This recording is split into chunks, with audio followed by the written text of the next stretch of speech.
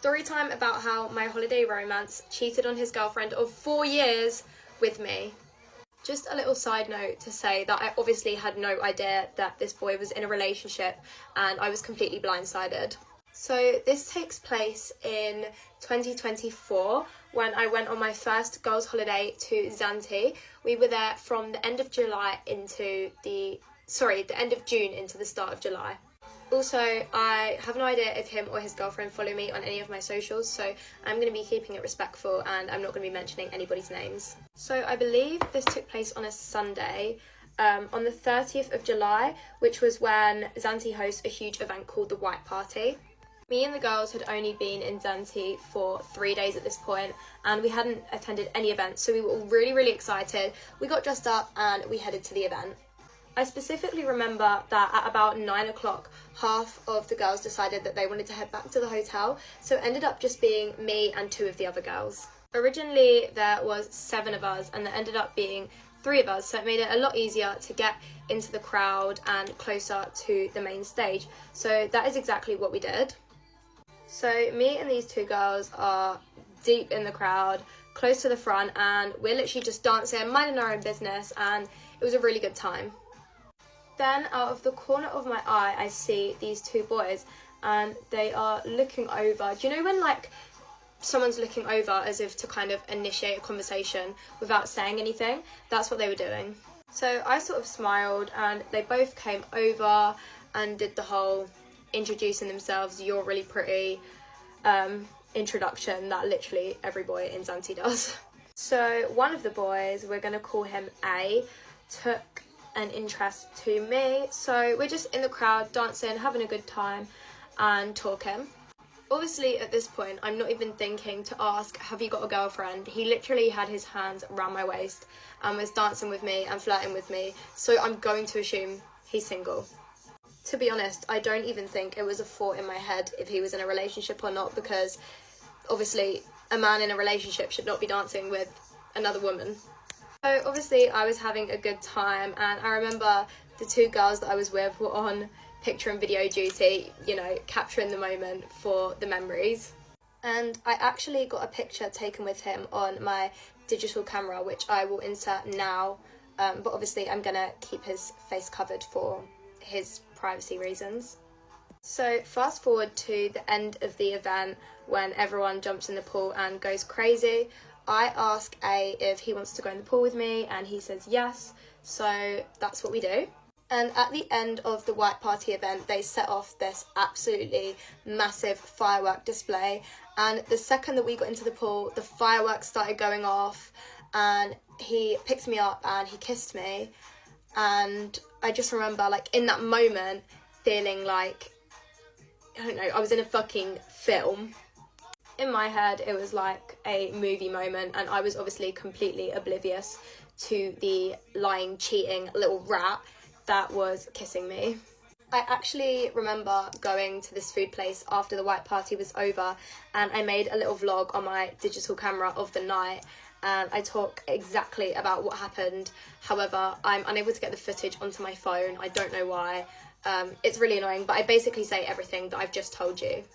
Oh, I also completely forgot to mention that when the event was over and we got out of the pool, I looked at him and I said like, "Are you not going to ask for my Instagram or my Snapchat?" And he was like, "Oh, I don't use Instagram, but here's my Snapchat." So we exchanged Snapchats, but I remember thinking it was really weird that he didn't use Instagram. So anyways, I left the event with my friends and he starts texting me asking if I'm going out, what I'm doing after, and by this point I was in bed in my hotel room. So then he's messaging me saying, "Well, come down to the beach and meet me like right now and we can talk some more." And at this point I think it was like 4 AM maybe, and I was like, absolutely not, I'm going to sleep. I also specifically remember saying to him that if he wanted to see me he could just wait until tomorrow, and I don't remember what excuse he made, but he said that he couldn't. So obviously the little scumbag just wanted to I woke up the next morning and he had removed me off of Snapchat, and I was so confused and honestly a little bit hurt because it just felt like because I didn't like sleep with him. Basically, he had removed me. But I shrugged it off and I enjoyed the rest of my holiday. So after that, I never really thought about him or spoke about him again until 4 months later. So I got a random DM on my Instagram from this girl that I'd never spoken to before saying, "Hey girly," and I was like, shit. She asked me if I knew who her boyfriend was, and I was like, yeah, I do. I got with him in Zante a couple of months ago. Why? And she was like, he's my boyfriend of 4 years.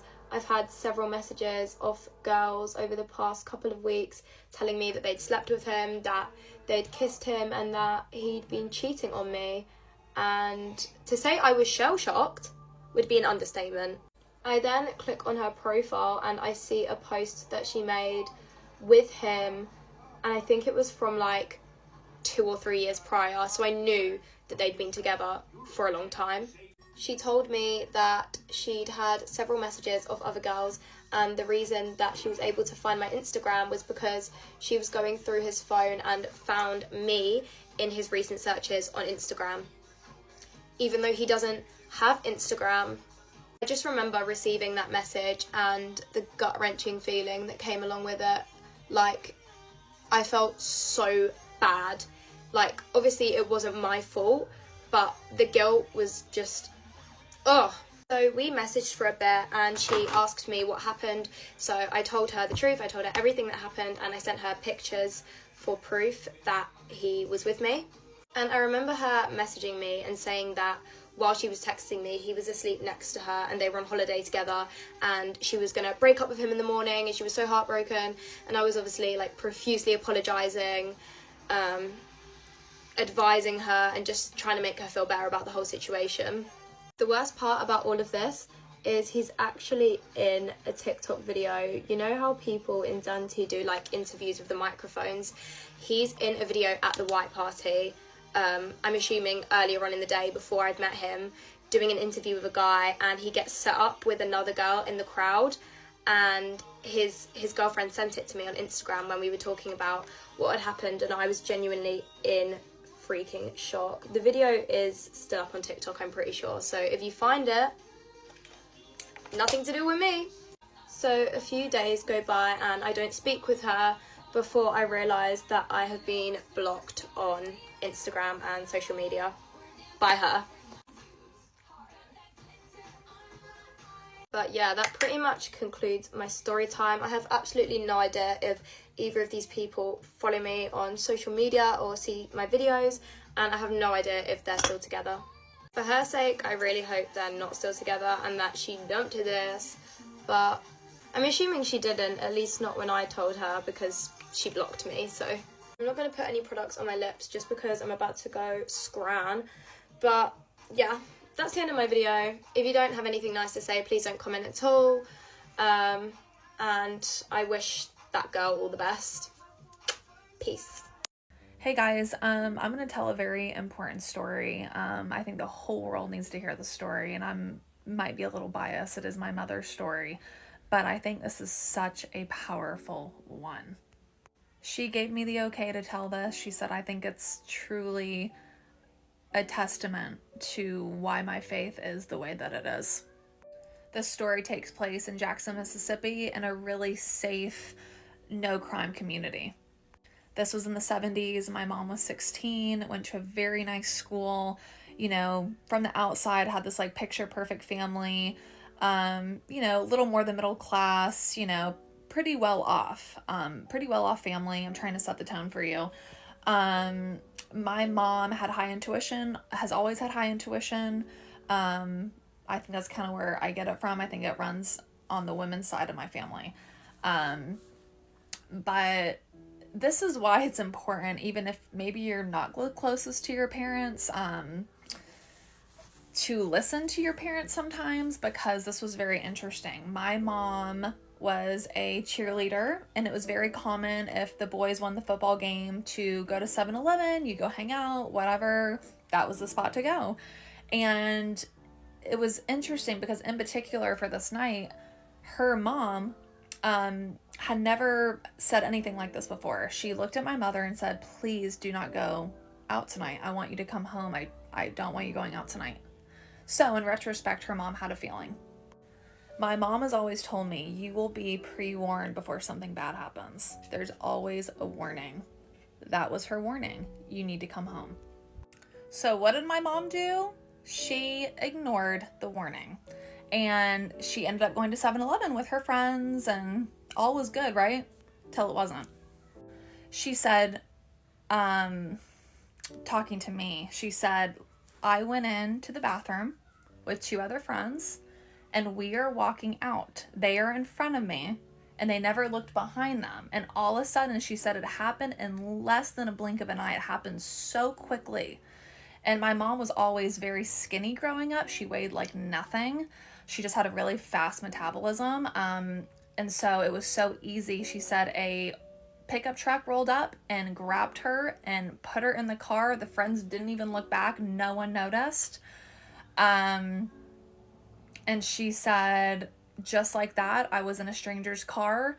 This man was younger, like 28 or 30. She said in those moments, you want to scream and make all this noise, but your whole body, you are going into this space. You're going into the space of absolute terror and shock. And she had actually looked beside her and she saw all these knives in every size.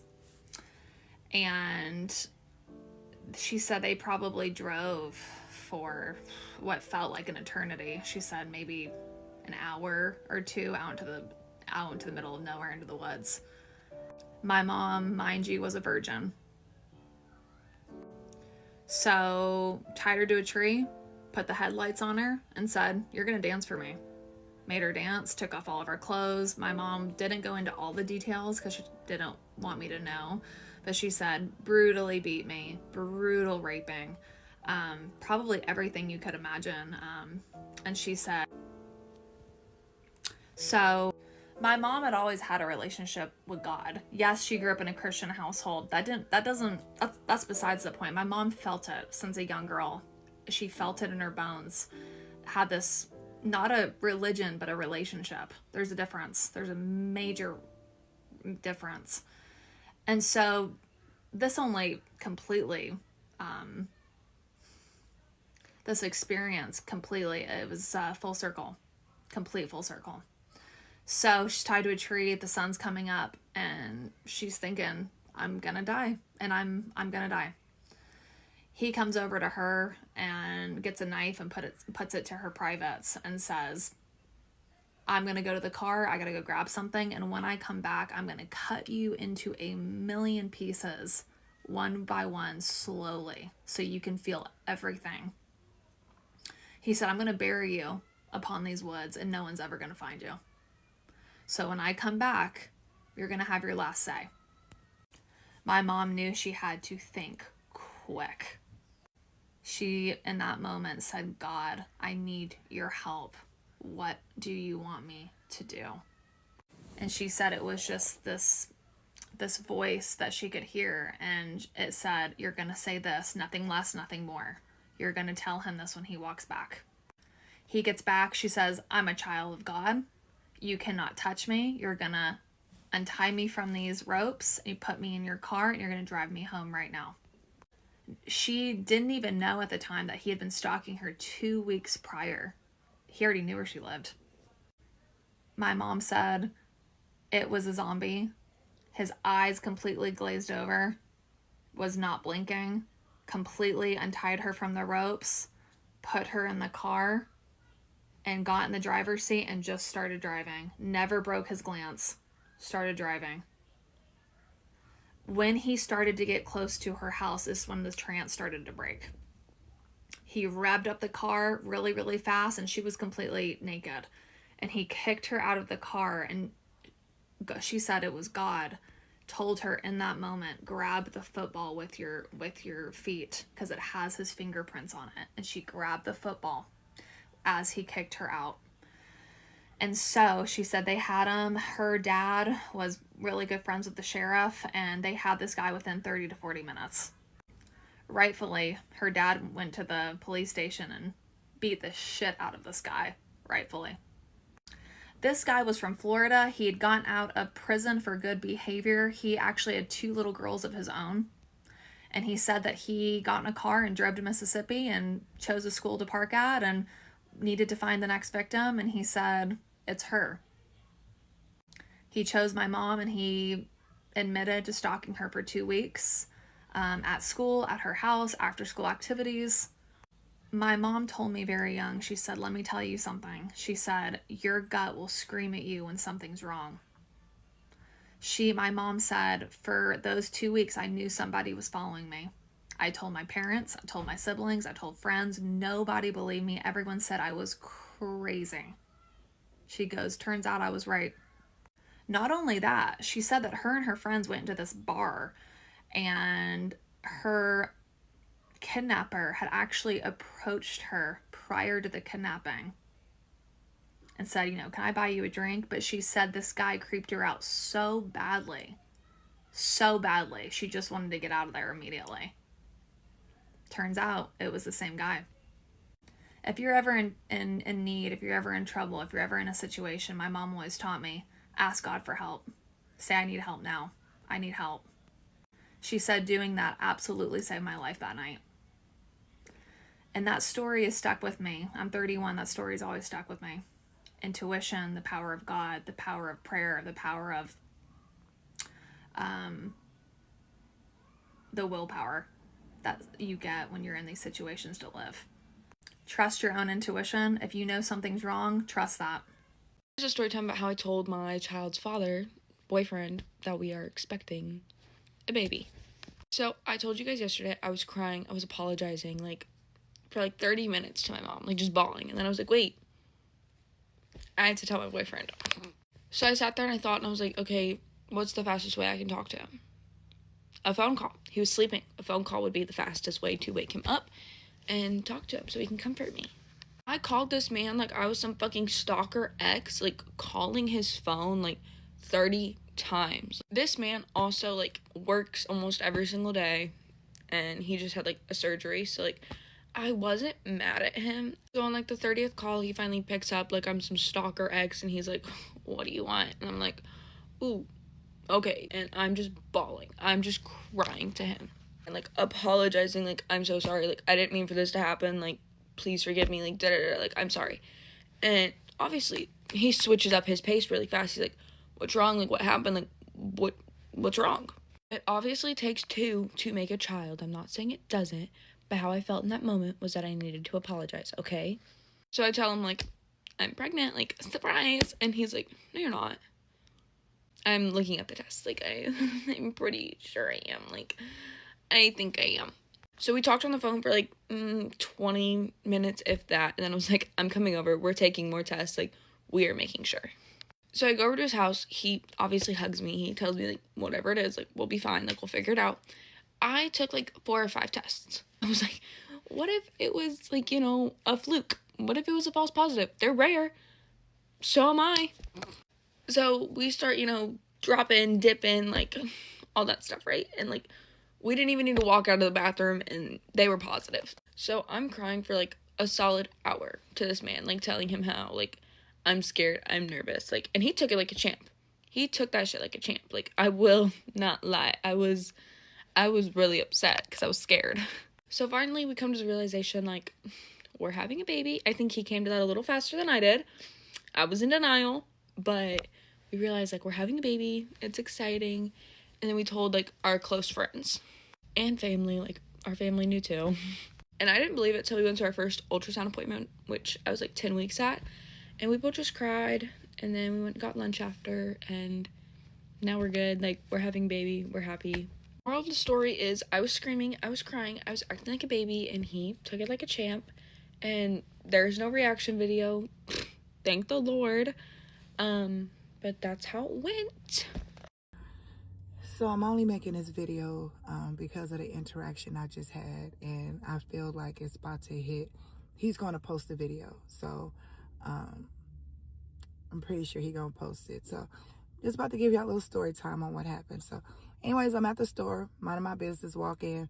When I walk in, he's coming down the aisle as I'm walking in. So I'm walking in, he's coming down the aisle like we walking towards each other. So we locked eyes. I see him. He's tall, handsome, very handsome man.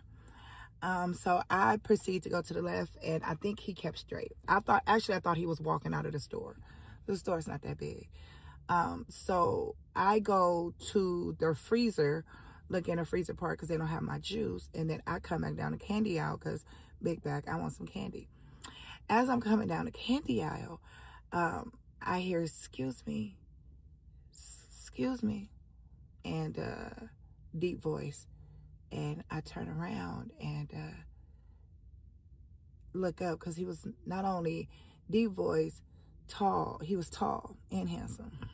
I'm out here looking a mess. I don't even have lip gloss on my lips. And 2 things I don't leave my house: lip gloss and earrings. And that's the reason why. But anyways, so he excuse me, and I turned around and I was like, hey. And he was like, hey, Miss Netta, it is so funny to meet you, Miss Netta. Where's Charles at, Miss Netta?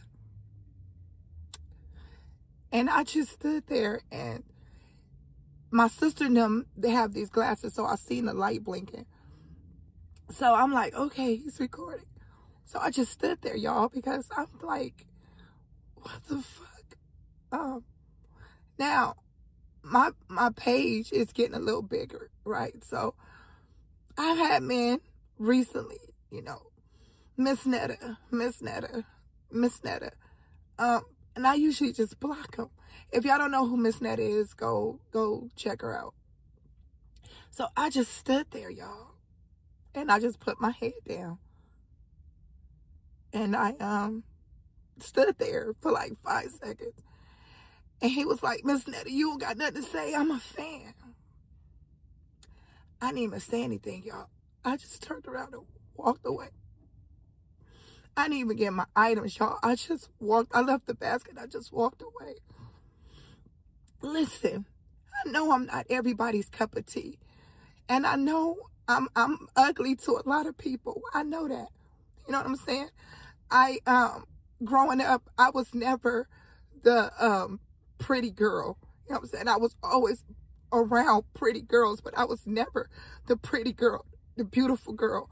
Now, I was always called sexy, but I know what it is, y'all. You know what I'm saying? I'm dark skinned, big lips. I do got manly features, but I'm not a man. I've been dealing with this for a very long time. I'm a man. As far as the Miss Netta thing, I've never had nobody tell me in person that I look like Miss Netta. It's only been on the internet. So this is the first interaction that I had that a black man on top. It's usually just black men. Miss Netta. And I don't have nothing against Miss Netta at all. Do your thing. I have nothing against Miss Netta. But I'm not a man. You know what I'm saying? I can't help the way that I look. I can't help that. You know what I'm saying? But don't try to make me to be a butt of a joke. You know what I'm saying? Because that, like I said, nothing against Miss Netta. You know what I'm saying? But I'm a woman. I have 5 beautiful kids. I'm a woman. You know what I'm saying? Like I said, I've been told throughout my life, you know what I'm saying? You're a man.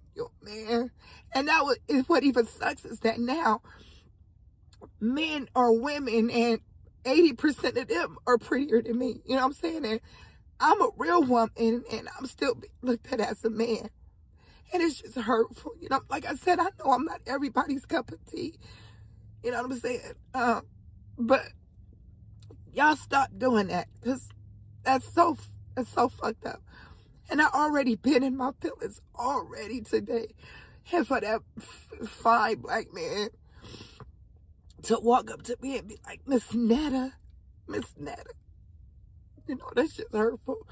Anyways, I didn't mean for this video to be as long as it is, but I'm a woman, and my name is Talana, and I'm a woman, And I can't help that I have manly features. But if you think I look like a man, keep that to yourselves. And don't approach me with it. Because at the end of the day, I'm a woman. Anyways, that's my story time.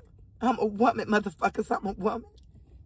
I might not be beautiful to y'all. I might not be pretty. But I'm still a woman. 100%. Short story long, I had a roommate several years ago, and when I first met her, she told me she was engaged. And oh my gosh, how exciting, right? Told me literally every single detail. I love to hear an engagement story. Who doesn't? Exactly. So I asked for every little detail. I'm like, oh my gosh, how did he do it? What did he say? How long have you been engaged? When's the wedding? She had no details. She said, oh, I don't know about you, but when I say I'm engaged, I want you to ask to see the ring. I want you to ask how he did it. And I'm going to tell you all about it whether you want to or not. And so I was kind of surprised when she was like, why'd you tell me you were engaged if you didn't want me to ask questions? I'm a yapper. I want to ask questions. I want to know every single thing. And so she was kind of like, and I was like, okay, my bad. Do you not like him? Do you not want to be? You could have said no. So anyway, time marches on and I can't figure it out. She's not wearing a ring. And I was like, okay, so you are engaged or you're not engaged? Are you engaged to a person or are you engaged in a crime? Like, I don't know. Not to judge. And so I asked a mutual friend of ours. I was like, so the engagement thing, like, why is should I not ask about the engagement? And she was like, the engagement? I was like, yeah, you seem concerned. And she was like, is she doing that thing again? That thing again? And I obviously had some follow-up questions, so I said, what do you mean that thing again? She said, going around telling everybody she's engaged. I said, okay, so she does this. Is she not? Is there a man? And she's like, well, there is a man, but they're long distance, and I don't really think that they're dating. And I said, because they're engaged? She said, no. Okay, then how did we get from here to there? I just gotta know. And so I was like, well, what are you talking about? And she was like, yeah, I mean, like, they're kind of dating, and, like, she really seems to be more into it than he is. And I was like, okay, well, like, how do you kind of get from kind of sort of dating to engaged? And she was like, well, she's planning a wedding. And I was like, no, I know, but how is she planning a wedding if he never asked? And she was like, well, that's a good question and I must know. But we had to have a talk with her a while ago, and she's apparently doing it again. And I was like, I don't mean to stir up any drama necessarily. But what do you mean? And so she was like, okay, well, I'll talk to her. So she talks to her. Oh, yeah, we're engaged. What are you talking about? No, he really did propose. And so I'm like, okay, maybe they are. And so I'm obviously living with her. You know, we have very close, our rooms are close together. Everything's great. And so I'm like, okay, well, I'll kind of investigate this kind of story. And so I'm like, okay, well, like, tell me more about him. Like, tell me more about, like, how you guys started dating. She asked him to be boyfriend and girlfriend. Totally fine. Love that, but this is just, you know, then I'm like, okay, well then who proposed? Well, he did. My source says you're wrong. And so she's like, well, he asked me. And I was like, okay, are you sure? Are you sure? And she was like, yeah, like, it was really sweet. And I said, okay, tell me about it. No. Okay. Then I don't really know what happened. Not to call her a liar, but she is lying. And so anyway, time marches on still. And so I'm talking months go by. I'm talking some time has passed. And so she's still like, yeah, we're engaged. She's telling other people. Everybody's like, tell me about how you got engaged. She's like, no. So it's just kind of strange. So they do FaceTime one night. And I'm sitting just a room over. And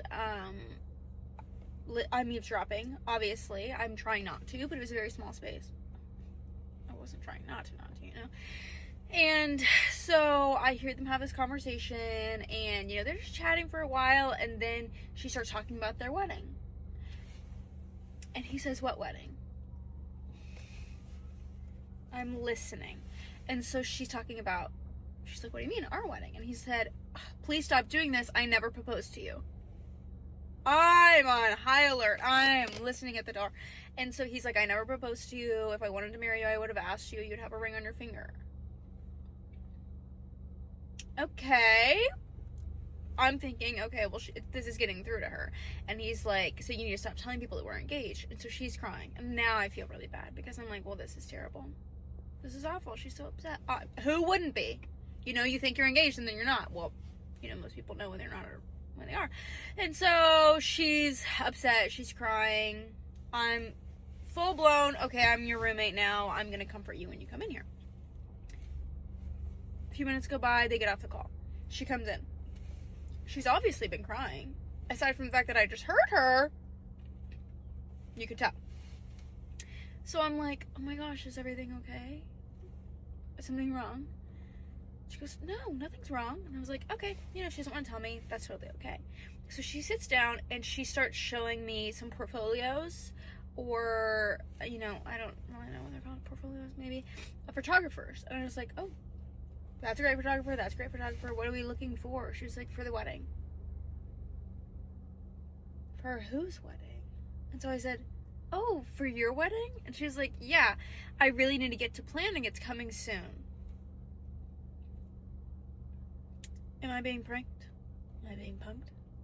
Is he in the next room? Is somebody watching me? Because what am I supposed to say? Am I supposed to say, I was actually eavesdropping your entire phone call, and no, you're not? So anyway, they have another conversation. She keeps texting him. She's like, wedding stuff, wedding stuff. He eventually says, don't talk to me anymore. I'll talk to you when I'm ready. Okay. So a few days go by, and every single day, I'm looking over her shoulder. And she's texting him, texting. No responses. He's read them, hasn't answered. Days, texting. And then one day she goes, he hasn't really texted me back lately. Yeah, I wonder why. Should I text him again? No, you shouldn't. And she was like, I just think that I need to call him. I said, have you tried to call him? She said, yeah, a few times. I said, oh, maybe he just needs some space. She said, why would he need space? We're planning a wedding. That's the problem. You're not. And that was just really tough for me. And a lot of people that were, they knew the situation. They were like, that's so crazy anyway. And I was like, no, I've got to live here. I don't know what to do. She thinks she's engaged. She's not. Is that my responsibility? And they were like, no, don't worry about it. Well, eventually time came. We both moved out. They're married. I don't really know how they got there, but they are married now, so. If your man is telling you not to worry about his coworker, I promise you, you absolutely should be worrying about his coworker. Okay, so I'm gonna carry on with my story. And honestly, I would never bring something like this to social media. I would never expose anything about my personal life, especially something this sensitive. But to be quite freaking honest, I give 0 fucks now. I got to the point where I was trying to be the bigger person for my child. But why the fuck should I if this grown-ass man isn't? So about 2 months before he had left the house, I had gotten a request on Instagram, and it was this coworker, right? This coworker added me on Instagram, and I accepted it and I requested her back. Simple as that. It didn't register in my head who she was at first until I saw the name and I was like, oh, that looks oddly familiar. I went to some messages with a girl that we had gone to school with, and when he had first started that job, she sent me a list of who he was starting with, like a list of people. I think she just meant to send me his name, but she sent me a full picture of like the other employees that were starting as well. So that girl's name. And I had told my sister about it. I was like, dude, like this girl added me, right? And it was just weird because we had no mutuals, nothing. Like, how do you know who I am? How did you find me? So for his birthday, he went to Vegas, and I knew he was going. He had told me already he was going, and I'm like, yeah, go have fun, like be safe. Literally, I'm like, don't get in a fight because you're gonna be drunk, and don't get arrested. Like, honestly, he was going to a game, and while he was over there, he was sending me pictures of what he was doing. He was kind of updating me, like nothing crazy. I want to say he still was calling me to see Destiny and whatnot, but then I seen she posted a picture, and and it said, taking the advice of catching flights and not feelings. I seen it, already had like a feeling. I'm like, whatever, ignored it. Then she's posting just her out and about, posting her in a balcony. The balcony looked oddly familiar. And again, I have no shame like watching her stories because you added me. You wanted me to see. So I don't care. I'm gonna watch. You wanted me to watch.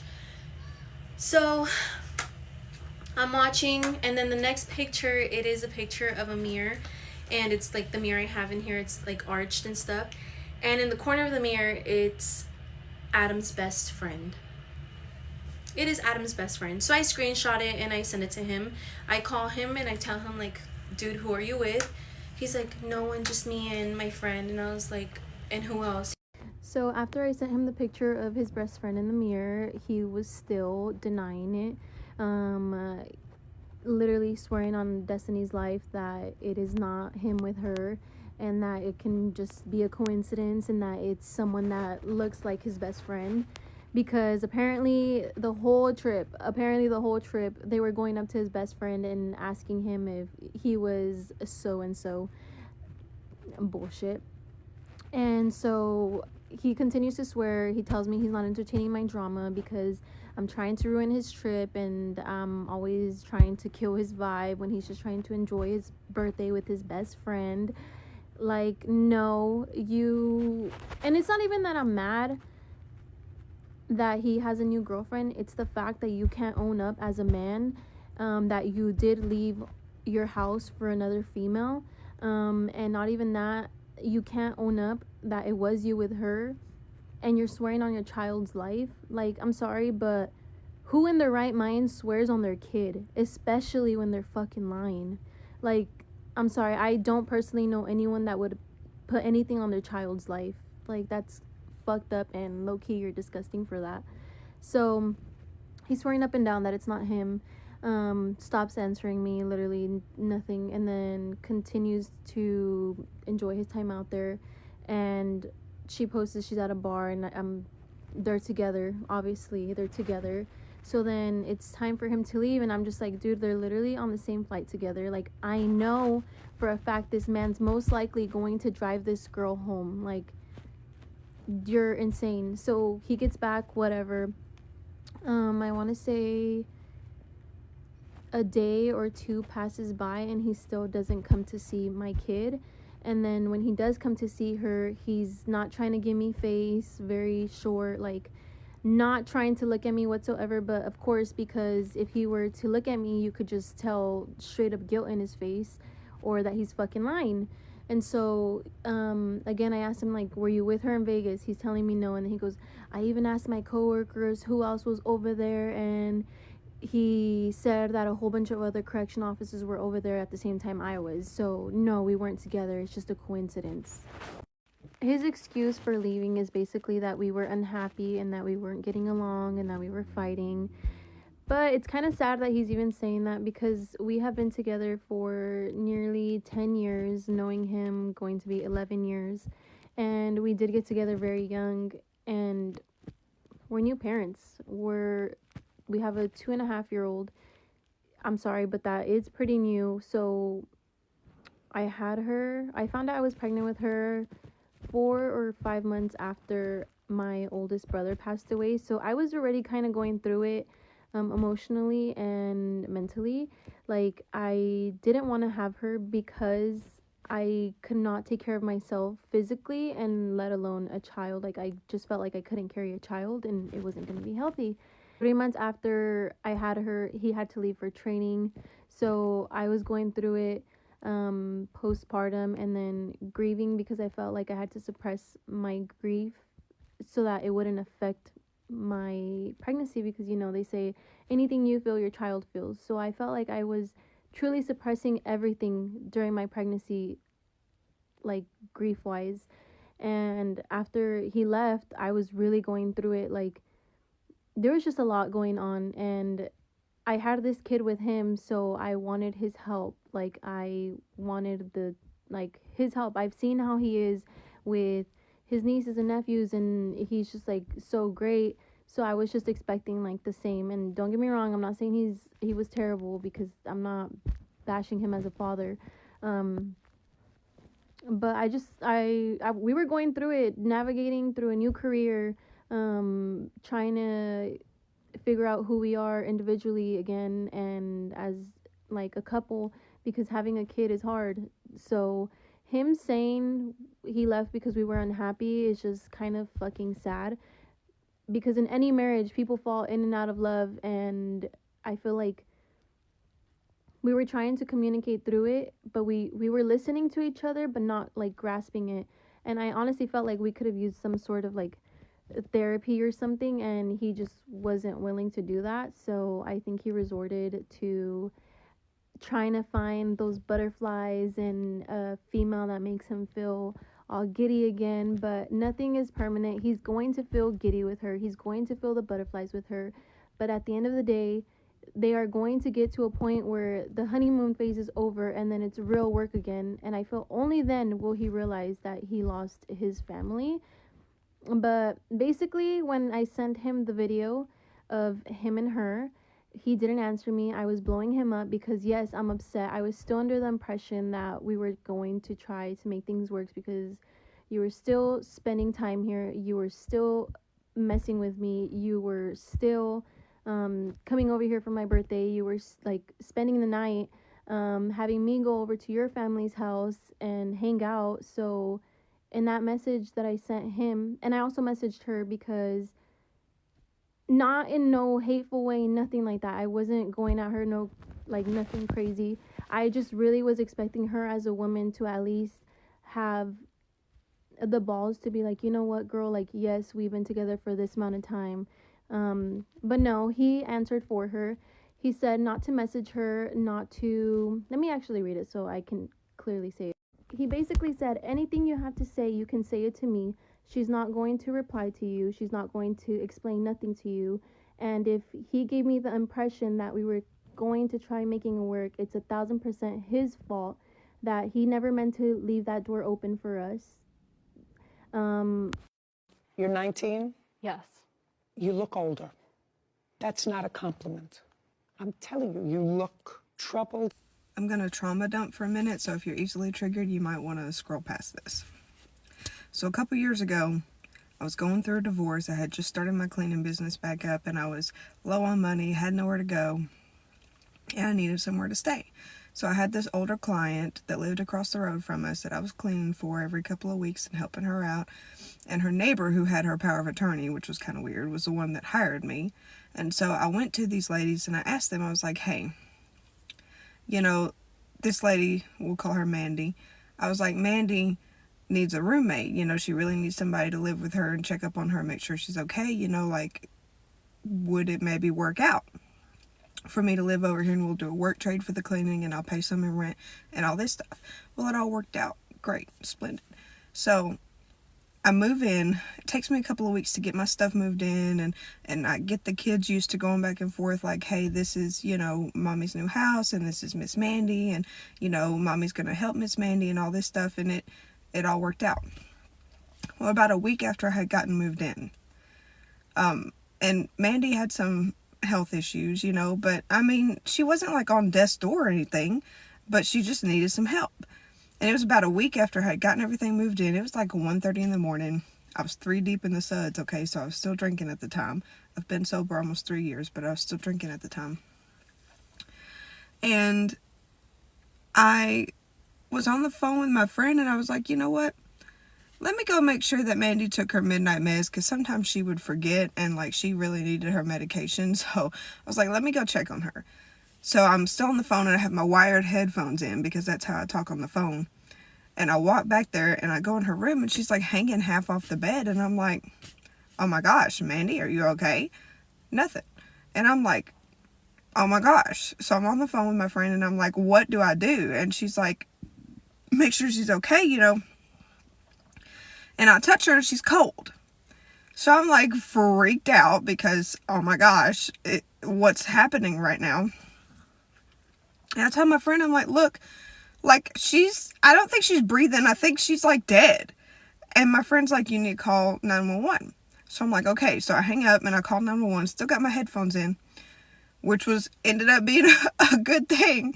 So I call 911, and the lady that takes my call, she's like, you need to do CPR if she's not breathing. And I'm like, I don't know how to do CPR. I don't know what to do. I'm freaked the F out right now because I've never found somebody in this situation.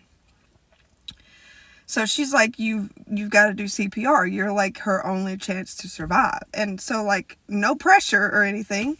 And I'm like, I don't know what to do. Do I get on top of her on the bed? Like, what do I do? And she said, no, you've got to put her in the floor. And I'm like, how in the hell am I going to put this woman? She weighs more than me. How am I going to put this woman on the... I don't know what to do. And she said, drag her off the bed. And I'm like, what if I give her a concussion or something?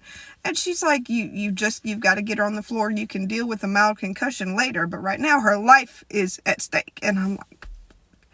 So, I don't know how I did it. To this day, I don't know how I did it. But I deadlifted this body off the bed and put her down on the floor. And then the lady on 911 is like, you've got to do CPR. And I'm like, I don't know how. She said, I'll talk you through it. So she tells me to do 30 chest compressions. And she tells me, to put my hands one on top of the other and push really hard and do it to this beat and all this stuff. So, and she says, count out loud. So I'm counting out loud and I'm doing chest compressions. Never done them before in my life, and I had no idea how physically exhausting it is to do CPR, but let me tell you, it's physically exhausting to do CPR on somebody. So I hit 30, and the lady on 911 asked me, she's like, are you comfortable doing mouth to mouth? And I'm like, I'm not comfortable with any of this. I mean, I guess I'll do it, but no, I'm not comfortable with it. Let me tell you, it was gross, but I did it. And I don't know if you know this, but sometimes when you do CPR, dead bodies can make sounds. I did not know this. This was new to me.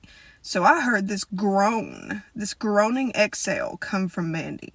And I'm like, oh my gosh, does that mean that she's breathing, And the lady's like, do more chest compressions, do more chest compressions. She's like, do 30 more. So I get back over her and I do 30 more chest compressions and I'm counting out loud, and thankfully I've got my headphones in so my hands are free to do all this while I'm on 911. And she said, give her another round of mouth to mouth. So I did more groaning, but no like movement or anything. And she asked me on the 911 call, she's like, is that her making noise? I'm like, yes. And I don't know what it means. She told me just keep going. So I do 30 more chest compressions, and during this last round of chest compressions, I broke something. Don't know what I broke, but I felt it. And did you know that you can feel the heart pumping when you're doing CPR? Oh my gosh. So the last round of chest compressions, I broke something. I did another round of CPR, and then, mouth to mouth, I'm sorry. And the lady is like, okay, the police are almost there. They're almost there. Or paramedics or whoever. And I'm like, that's wonderful because I'm failing at this. I don't know what to do. Oh, and I forgot to tell you, she was on opiates. And for very good reasons. Okay, she had very good reasons to be on these strong medications. And I said, she may have overdosed. I don't know. And the lady was like, well, do you have Narcan? And I'm like, yeah, they've got Narcan in the kitchen. And she said, go get it and give her the Narcan and see if that does anything. I mean, what can it hurt at this point? Because I didn't know if she had overdosed or what exactly had happened. So I gave her the Narcan and it did nothing, obviously. So anyway, she's like, okay, well, go make sure the door's unlocked now because the paramedics are there. So I go on and make sure the door's unlocked. And I'm like bawling at this point because I'm freaked the F out. I've never encountered a dead body before. I had no idea. Don't know CPR, never been trained. This is all new to me. And so I let the paramedics in and they go back there and they're like, no, there's nothing we can do. And I'm like, wonderful. So, like now, and the first thing I'm thinking is, these people are going to think I killed this woman because like I just moved in. Oh my gosh. So I run next door And I'm pounding on the next door neighbor lady's door because she's her power of attorney. And I'm like, she needs to be involved. And so I'm calling her and I'm pounding on the door. I get her out of bed and she comes outside and she's like, oh my gosh, I'm so sorry that you found Mandy like that. I would hate to, for you to be the one to do that. I'm so sorry. And I'm like, I just hate that this happened. Like, I literally just moved in and now she's like gone. And I mean, nobody expected it either. Like, she had been not feeling good for a couple of days, but it wasn't like, she was dying. It was just like, she didn't feel good. And she had a lot of days where she didn't feel good. She had a lot of health issues. And so it just was so unexpected. And, I didn't sleep right for a while after that. And it really freaked me out to be the one to find somebody dead like that. God, I hope that never happens to me again. But some things that I learned, CPR is very difficult. These paramedics, these people that do this and do it regularly, like, shout out to you and kudos to you because it is hard. CPR is physically exhausting. I was sweating from head to toe by the time I got done with those 90 chest compressions that I did. I mean, just profusely sweating because CPR is hard. Did not know this. Now I know. It's traumatic. You never get over it. And you remember. You remember exactly what it was like to find a person dead like that. And, it's never going to go away. It's just never going to go away. And so if you've stuck around this far, sorry to dump that trauma on you. But thanks for listening. And I hope that this situation never happens to you.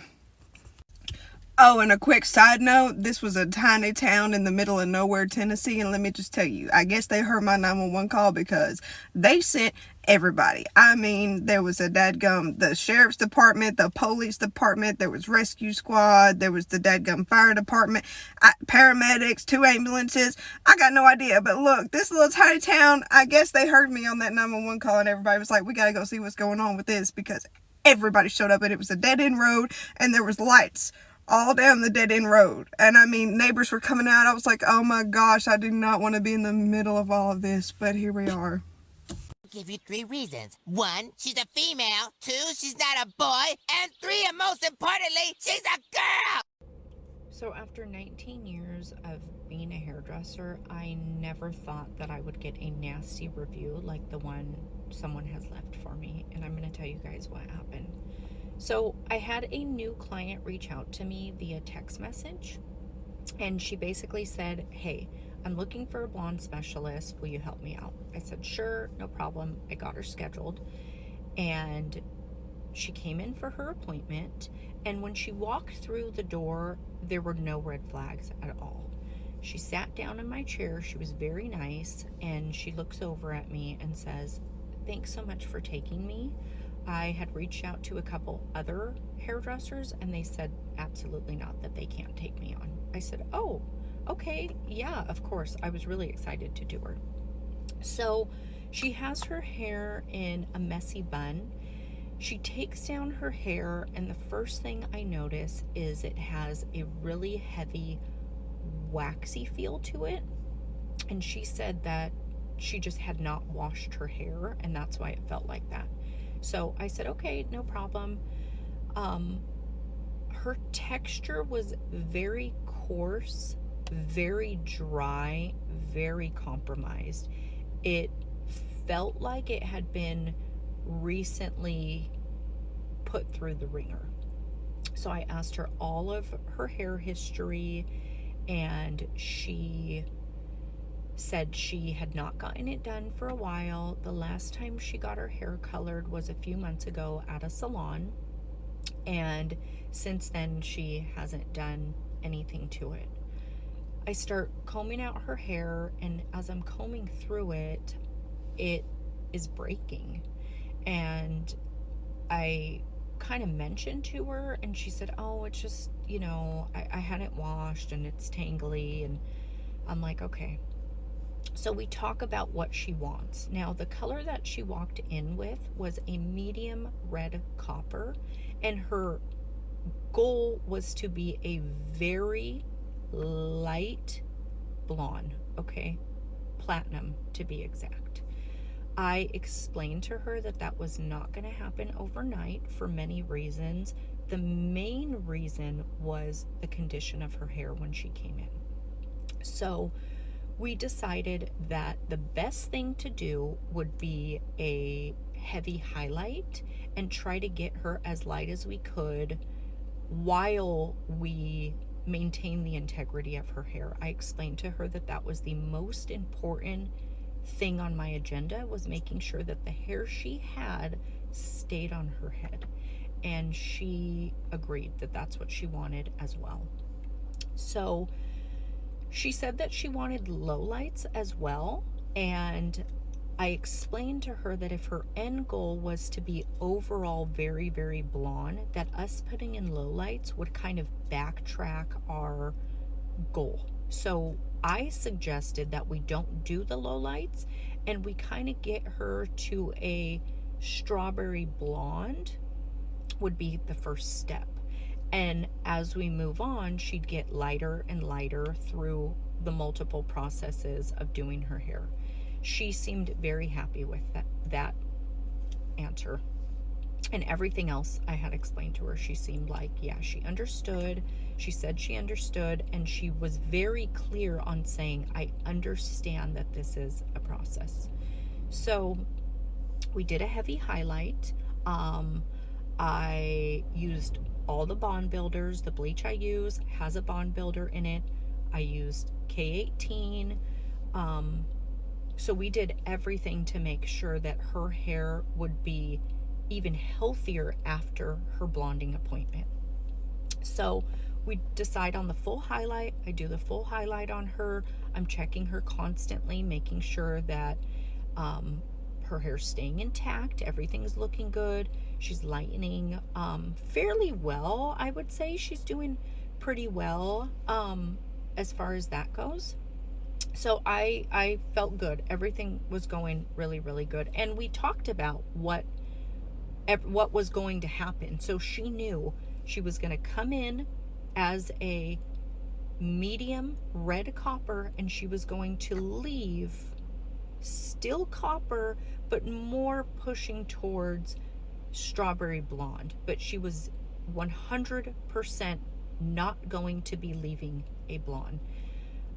She completely understood that, and she acknowledged that in our consultation. So we get done, and she says, oh, I really like the highlights. I understand that it's a process. When should I come back for my next session? I said I would recommend 8 weeks. I gave her home care suggestions. According to her, she's already using all of these home care items, so she did not need to purchase anything. I said, okay, no problem. She said when she left, I want to be very clear, I like it. I think this was good, and my hair feels really good. She leaves. I felt good about it. And a few days later, I get a notification that I received a 1-star review. So I thought, I've had nothing but stellar reviews in 19 years. I read the review, and sure enough, it's from her. And she is warning clients to not come to me. She's telling them that I am not a blonde specialist. Quote unquote, I am afraid to use bleach. I only processed her for 25 minutes when she knows that I need to do it longer. I did not leave the toner on long enough, and I give her, this was the best part actually. She said she gave me 2007 highlights, and if you want something trendy, then do not go to Heather because we are in 2026. And I thought, wow, I have never, ever had this. And if you are a hairdresser, beware, because this client, this person is going around doing this not only to me, but to others. So the funny thing is, those that like to leave reviews, when you leave a review on Google especially, your reviews are visible to other people. So what I did is I thought, well, let me look at her stellar reviews that she's left for people. And sure enough, she goes from stylist to stylist and leaves bad reviews. Now, she does have some good reviews on there, okay? She has left hairdressers good reviews. But when she is not happy and she does not get her way, she leaves you a bad review. Now, I'm not upset about her not being happy, right? I would 100% want somebody who is unhappy to come to me, and I always make it right. I would never want to leave somebody unhappy. I would want them to come to me and have me make it right. And she never did that. She told me she was happy. She understood what we were doing. And then she went straight to Google to try to ruin my career. And I am beside myself, and I want to warn other hairdressers about this.